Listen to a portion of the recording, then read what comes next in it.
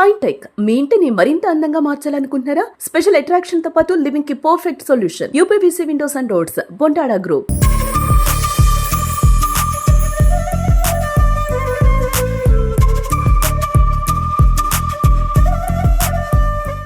అనంత పద్మనాభ స్వామి ఈ పేరు వినగానే మనకు గుర్తుకొచ్చేది కేరళలోని తిరువనంతపురం. అక్కడ స్వామి మహిమలు దేశ నలుమూలలా వ్యాపించాయి. అయితే అంతటి మహిమ గల స్వామి మన ఆంధ్రప్రదేశ్లోనూ ఉన్నాడు. కడప జిల్లాలో పోరుమామిళ్ల మండలం చిన్న ఎర్రసాల గ్రామంలో భూగర్భంలో వెలిసిన భక్తులను మురిపిస్తున్నారు. సాధారణంగా గర్భాలయం పైన ఉంటుంది, బట్ ఇక్కడ స్వామివారు భూగర్భంలో పవళించి ఉండటం ఒక విశేషం. అసలు 1930లో ఈ విగ్రహం ఎలా బయటపడింది? ఈ స్వామి వెలిసిన తర్వాత ఆ గ్రామం ఎలా మారింది? Watch this story. నా పేరు ఉప్పలదడియం కార్తికేయ రవికిరణ్ అనమాట. మా తండ్రి గారు అయినటువంటి ఉప్పలదడియం పద్మనాభ శర్మ గారు వాళ్ళ నాన్నగారు, అంటే ఇది ఎప్పుడు అంటే 1938లోనో 37లో ఆ ప్రాంతంలో, ఐఎమ్ నాట్ షూర్ అనమాట. ఆ ప్రాంతంలో తండోపతండాలుగా ఇక్కడికి జనాలు వచ్చేవాళ్ళంట. అప్పుడు రెగ్యులర్గా మాకు బుద్ధి తెలిసినప్పటి నుంచి అయితే మేము ఆల్మోస్ట్ వస్తున్నాం. ఒక 20 years నుంచి అయితే జ్ఞాపకంగా 20-25 years నుంచి అయితే వస్తూనే ఉన్నాం అనమాట. సరే అనేసి మాకైతే మనసు ఒప్పలేదు. అప్పటికి అంతవరకు మెట్ల వరకు వెళ్ళి నమస్కారం చేసుకున్నాం. ఇంకా అందరు భోజనాలు అయిపోయిన తర్వాత అలా చూస్తే నీళ్ళని లోపలికి వెళ్ళిపోయినాయి అనమాట. సరే అని ఉన్నట్టు వెళ్ళిపోయి లోపలికి అభిషేకం చేసుకుని, అంటే అభిషేకం అంటే కొంచెం అంత స్వామిని దర్శనం చేసుకొని తాకి మా తృప్తి తీరా మేము నమస్కారం చేసుకొని వచ్చామండి. ఏదో కాళ్ళ దగ్గర బెండ్ అయి ఉందనే చెప్పారు. ఆ కాళ్ళ మీద కూడా ఆ అక్షరం అయితే ఉంది. నేను కూడా అప్పుడు చూశాను. మళ్ళీ ఇప్పుడు ఉందో లేదో అక్షరం ఉంది. అదే ఉంది కదా అక్కడ అని ఎక్కడో ఉంది, అదో అప్పుడు ఉంది.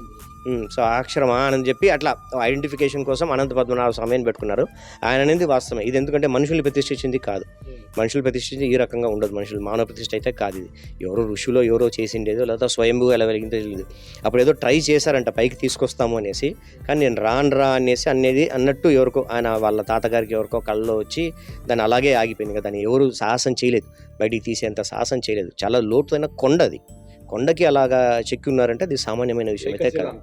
మొత్తం మనమే కనిపిస్తుంది కింద, మొత్తం అంతా కొండ, ఒకే కొండ ఉంది. అది 1930ల కాలం. చిన్న ఎర్రసాల గ్రామ సమీపంలో ముసలిరెడ్డికుంట అనే ఒక ప్రాంతం ఉంది. అక్కడ పొలం పనులు చేస్తున్నప్పుడు గ్రామస్తులకు ఒక అద్భుతమైన విగ్రహం తారసపడింది. సుమారు 6 అడుగుల పొడవుతో శేషతల్పంపై పవలించి ఉన్న అనంత పద్మనాభ స్వామి విగ్రహాన్ని చూసి గ్రామస్తులు ఒక్కసారిగా ఆశ్చర్యపోయారు. ఆ విగ్రహం ఎంతో ప్రాచీనమైంది. శిల్పకళా చాతుర్యం ఉట్టిపడేలా ఉంది. ఆ విగ్రహాన్ని బయటకు తీసి అక్కడే ఒక మందిరాన్ని నిర్మించి ప్రతిష్ఠించారు. అప్పటి నుండి ఆ కుంట ప్రాంతం ఒక పవిత్ర క్షేత్రంగా మారిపోయింది. అయితే అప్పట్లో స్థానికంగా ఉండే ప్రాంతాలు కరువు కాటకాలతో అల్లాడుతూ ఉండేవి. దీంతో కుంటలోకి ఎప్పుడూ నీరొచ్చేవి కావు. ఆ కుంట నుంచే పంట పొలాలకు బండబాట ఉండేది. అయితే ఇక్కడికి వచ్చే సమీపంలో బండికి ఒక వైపున చక్రం కింద ఎత్తుగా పడటం చూసి ఆ ఎత్తును తొలగించాలని ప్రయత్నించారు. ఆ ప్రయత్నంలోనే ఇక్కడ అనంత పద్మనాభ స్వామి విగ్రహాన్ని స్థానికులు గుర్తించారు. అంతేకాకుండా స్థానికంగా ఉన్న ఒక గ్రామస్తుడికి స్వామి కళల్లోకి వచ్చి తను మీ ఊరి సమీపంలో వెలుస్తాను, నాకు గుడి కట్టండి అని చెప్పడంతో భక్తులు ఈ విగ్రహాన్ని వెలికి తీసి గుడిగా మలిచారనేది అప్పట్లో కథలుగా చెప్పుకునేవారట. అయితే ఈ గుడి చెరువును ఆనుకుని ఉండటం, చెరువులోకి నీళ్లు రావడంతో గుడి లోపల నీరు చేరి విగ్రహం కూడా నీటిలోనే భక్తులకు దర్శనమిస్తూ ఉంటుంది. అయితే అక్కడ స్వామివారు వెలిసిన తర్వాత చుట్టుపక్కల గ్రామాలకు ఇప్పటి వరకు కరువు అనే పదం తెలియదంటూ కూడా స్థానికులు హర్షం వ్యక్తం చేస్తూ ఉన్నారు. ఏ కాలంలో ఇక్కడ ఈ అనంత పద్మనాభ స్వామి విగ్రహాన్ని ఎవరు ఏర్పాటు చేశారు, ఈ ఏకశిలపై ఎవరి ఈ విగ్రహాన్ని మలిచారు అనే దానిపై ఎలాంటి సమాచారం లభించడం లేదు. మహావిష్ణు అవతార రూపంగా ఉండి ఆయన ఒక అరికాలి పైన ఆ అనే అక్షరం రాసి ఉండటం కారణంగానే ఆ స్వామిని అనంత పద్మనాభ స్వామిగా ఇక్కడి ప్రజలు భావిస్తున్నారు.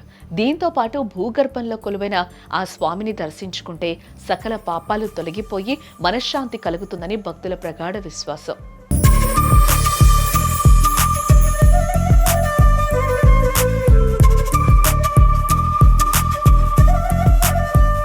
పేరు ఎరంశెట్టి సంజీవమ్మ. మీరు వచ్చినందుకు సంతోషంగా ఉంది.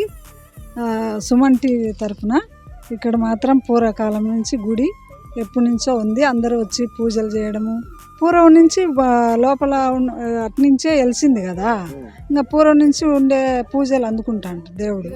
ప్రతి సంవత్సరం 3 కోటికి బ్రహ్మాండంగా చేస్తారు. 1000 మంది జనం వచ్చారు. ఇక్కడే అన్నదానం అందరు వచ్చి భోంచేసుకొని టెంకాయలు ఉపవాసం ఉండేళ్ళు నైట్ కూడా ఇక్కడే ఉంటాము. ఏదైనా అనుకుంటే ఆ కోరికలు ఖచ్చితంగా నెరవేరుతుంది.